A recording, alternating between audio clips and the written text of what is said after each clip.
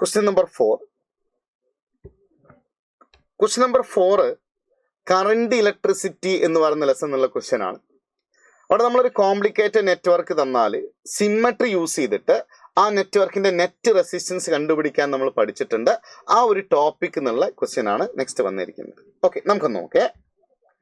A regular hexagon is formed by 6 wires each of resistance R ohm and the corners are joined to the center by wires of same resistance. If the current enters at one corner and leaves at the opposite corner, the equivalent resistance of the hexagon between two opposite corners will be. Okay, അപ്പോൾ നമ്മൾ 6 wires എടുത്തിട്ട് small R resistance ഉള്ള 6 wires എടുത്തിട്ട് എന്ത് form ചെയ്യാണ്? ഒരു hexagon form ചെയ്യാണ്.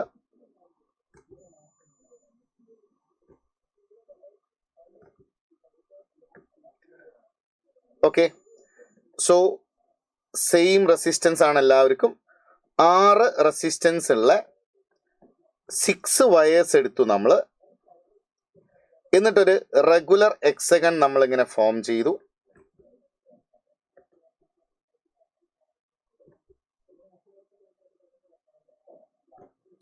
ഈ റെസിസ്റ്റൻസ് ഒക്കെ സ്മോൾ ആർ ആണ്. ഇത് നമ്മളോട് പറഞ്ഞിട്ടുണ്ട് ഈച്ച് കോർണറിന് സെന്ററിലേക്കും നമ്മൾ എന്ത് ചെയ്യുന്നുണ്ട്? റെസിസ്റ്റേഴ്സ് ഇങ്ങനെ കണക്ട് ചെയ്യുന്നുണ്ട്.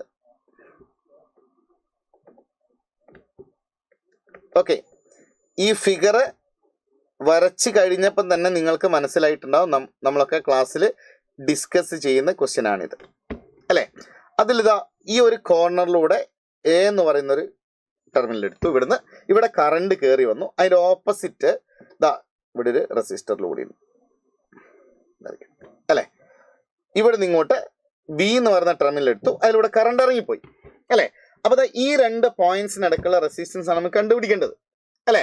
അതിന് നമ്മൾ എന്തായിരുന്നു ചെയ്യുന്നത്? ഇവിടെ സിമ്മട്രി ഉണ്ട് എന്നും അല്ലെ. അങ്ങനെ ഇങ്ങനെ ഈ ഒരു ലൈനിൽ ഇത് സിമ്മട്രി കാണുന്നു. അങ്ങനെയാണെങ്കിൽ ആ ലൈനിൽ വരുന്ന ജംഗ്ഷനൊക്കെ നമുക്ക് എന്ത് ചെയ്യാം? ഡിറ്റാച്ച് ചെയ്യാൻ നമ്മൾ പഠിച്ചിട്ടുണ്ട് അല്ലെ. അപ്പൊ നമ്മൾ എന്ത് ചെയ്യുക? ഈ കണക്ഷൻ ഇവിടെ നിന്ന് ഇങ്ങോട്ട് ഡിറ്റാച്ച് ചെയ്യും. ഇത് ഞാൻ ഡിറ്റാച്ച് ചെയ്ത് വെക്കും. ഓക്കെ, അപ്പൊ ആൻസർ ഫിഗറിൽ നമ്മൾ ഇങ്ങനെയാണ് ചെയ്തിട്ടുണ്ടാവുക. ഈ ജംഗ്ഷൻ നമ്മൾ അവിടെ നിന്ന് ഇങ്ങനെ ജസ്റ്റ് ഒന്ന് ഡിറ്റാച്ച് ചെയ്യും.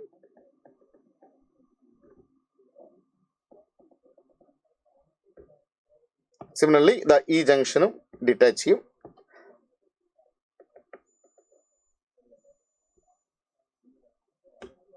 ഓക്കെ, നൗ സിറ്റുവേഷൻ മാറി.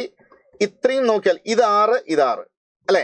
ഈ ഹോൾ പാർട്ടിന്റെ റെസിസ്റ്റൻസ് അങ്ങനെ തന്നെ നമ്മൾ പഠിച്ചിട്ടുണ്ടാവും അല്ലെ. ഒരു ട്രയാങ്കിൾ ആണ്, അതിന്റെ 2 അഡ്ജസ്റ്റന്റ് കോർണർ 2r/3 എന്നാണ് വരിക. അതല്ലെങ്കിൽ ഇത് 6ഉം 6ഉം 2r അല്ലെ.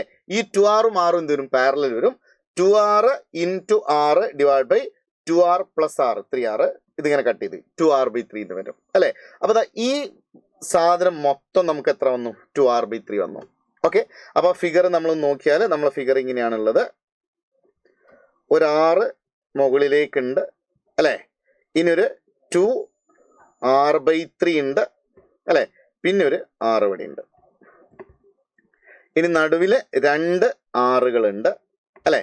ഇനി താഴെ എന്താണുള്ളത്? മുകളിൽ കണ്ട അതേമാതിരിയാണ് ഒരു 6, പിന്നെ ഒരു 2r/3 ഉണ്ട്, ഒരു 6 ഉണ്ട്, പിന്നെ ആരും കൂടി ഉണ്ട്?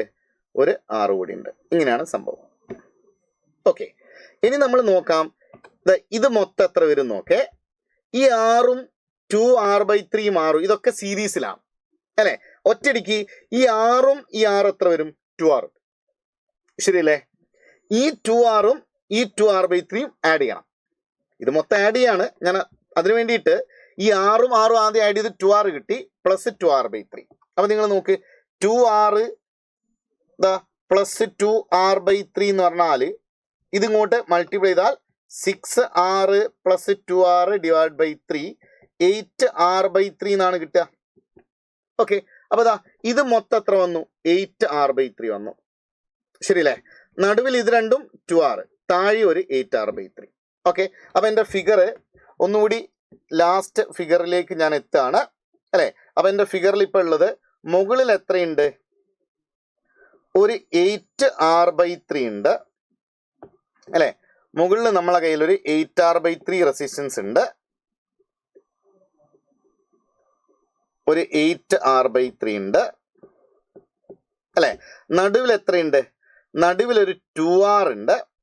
അത് കഴിഞ്ഞ് താഴെ എന്തുണ്ട്? ഒരു 8R/3 ഉണ്ട്. ഓക്കെ, ഇനി നമുക്ക് നോക്കാം.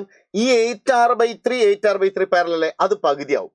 അപ്പൊ 8R/3 പകുതി, 8R/3 പകുതി എന്ന് വെച്ചാൽ ഹാഫ് ഓഫ് 8R/3 എത്ര വരും? 4R/3 എന്നാണ് വരിക, അല്ലെ? അപ്പൊ നമ്മളെ ഫിഗറിലേക്ക് നോക്കിയിടാം മക്കളെ. ആ 8R/3യും 8R/3യും ചേർന്നിട്ട് എത്ര വന്നു? 4R/3 വന്നു, അല്ലെ? നടുവിൽ ആരുണ്ട്?